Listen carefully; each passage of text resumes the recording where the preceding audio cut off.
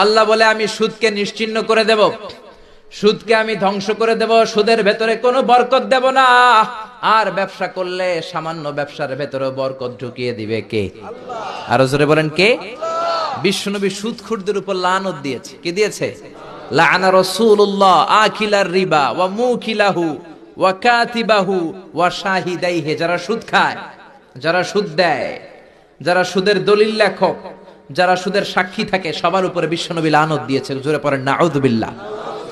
এজন্য খবরদার, সুদের সাথে মুসলমানদের কোনো সম্পর্ক।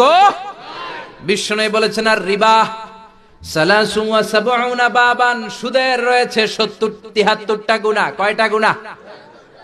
আরো জোরে বলেন কয়টা?